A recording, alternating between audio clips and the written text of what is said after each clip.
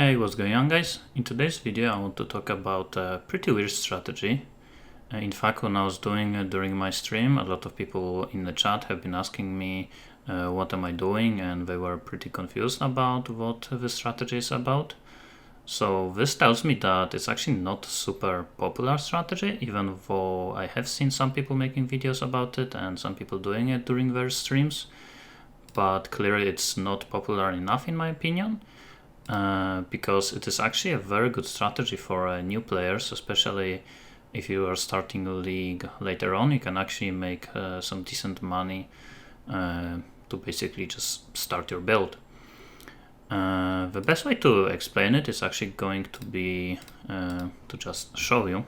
So basically what you want to do is you want to have some random tier 14 to tier 16 maps, and the only requirement for this strategy is to be able to kill a map boss in tier 16. You can do it in a white map, so you only need a decent single target. So yeah, it's not like for a super new player, I guess. You still need to be able to do red maps. So what you want to do is you want to start map, just kill a few packs of monsters at the beginning until the influence proc, like you could see this proc, and you just leave them up. And basically what it's going to do is you're gonna proc this. So as you can see right now I have 25 out of 28. I'm gonna enter a new map.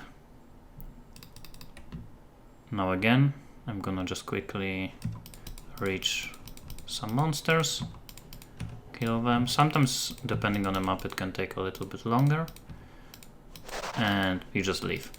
Even if you do these maps this way, sometimes you will still from time to time drop some maps and get some altars.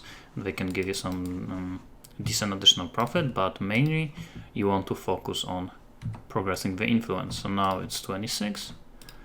Let me do one more. Now it's gonna be 27 after this one. So this one map was much better, as you could see. I got the proc immediately. And now last one. And last one, you actually want to do a map where map boss is very close to the entrance to the map, which are basically maps like Mesa, Atoll, Park, Beach. In this map you actually need to kill a map boss, so that's why I was saying you need a decent single target. Obviously I was doing it very fast, like as you could see he died pretty much instantly, but yeah. This step you only have to do like 1 in 28 times, so 28 maps, so even if you don't have like crazy good single target, it shouldn't be that big of a deal if you can't kill a map boss super fast. So yeah, after 28 maps you're gonna get this invitation, and you can sell them on TFT in bulk for 1.2 exalts, and even if you're gonna sell them on trade, you can just sell them for 190, which is basically like 1.1x. And in terms of the Atlas tree, you don't really need anything. As you can see, like I still have my bossing Atlas tree from my previous strategies. The only thing that you want is this 10% chance to award double progress towards Searing Exarch. Or you can go for the green one, same thing, 10%. And that's it. You don't need absolutely anything else. A few other things that can actually help you like a tiny bit is this 50% chance to spawn altar. I mainly took it to progress my challenge. As you can see, I almost have 1,000. So this is basically gonna give you one altar 50% of the time at the end of them, at the beginning of the map. And I guess you can take also these things. So from time to time from this one pack you're gonna drop some additional Edric currency. And on top of that you're gonna still kill one boss in 28 maps. So I guess you can take the additional chance for synthesis, guardian maps here, here, and here.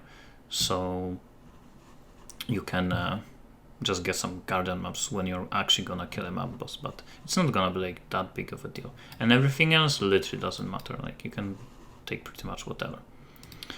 Okay, so now let's actually look at the loot, and that's actually a nice part about the strategy, because the loot is gonna be simple.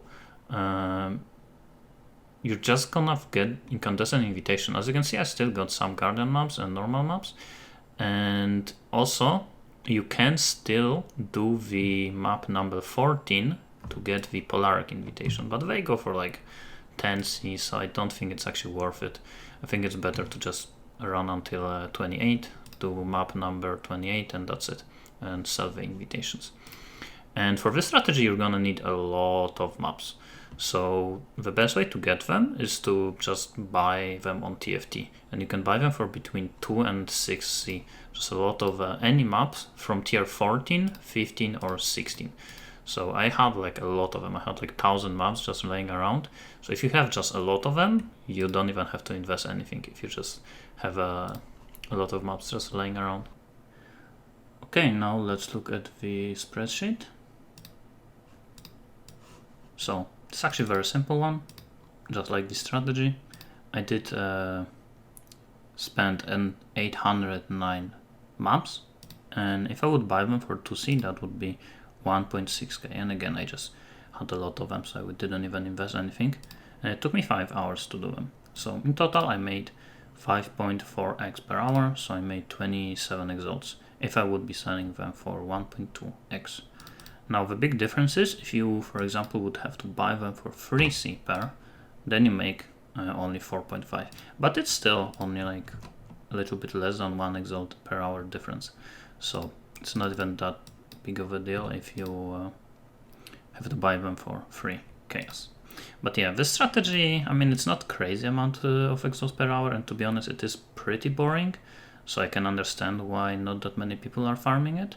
But at the same time, I would highly recommend doing this strategy if you just start the league. Maybe do some endless height at the beginning, do some white or yellow maps with a sentinel or something, just get your initial few exalts, and if you have enough DPS that you can kill a last boss in the map in tier 16, then you can farm quite a lot of exalts for like 1 or 2 days doing this strategy, and then you can afford a decently expensive build, and then you can move on to some other strategies. But yeah, that's gonna be it for this video. Thanks for watching, and see you next time.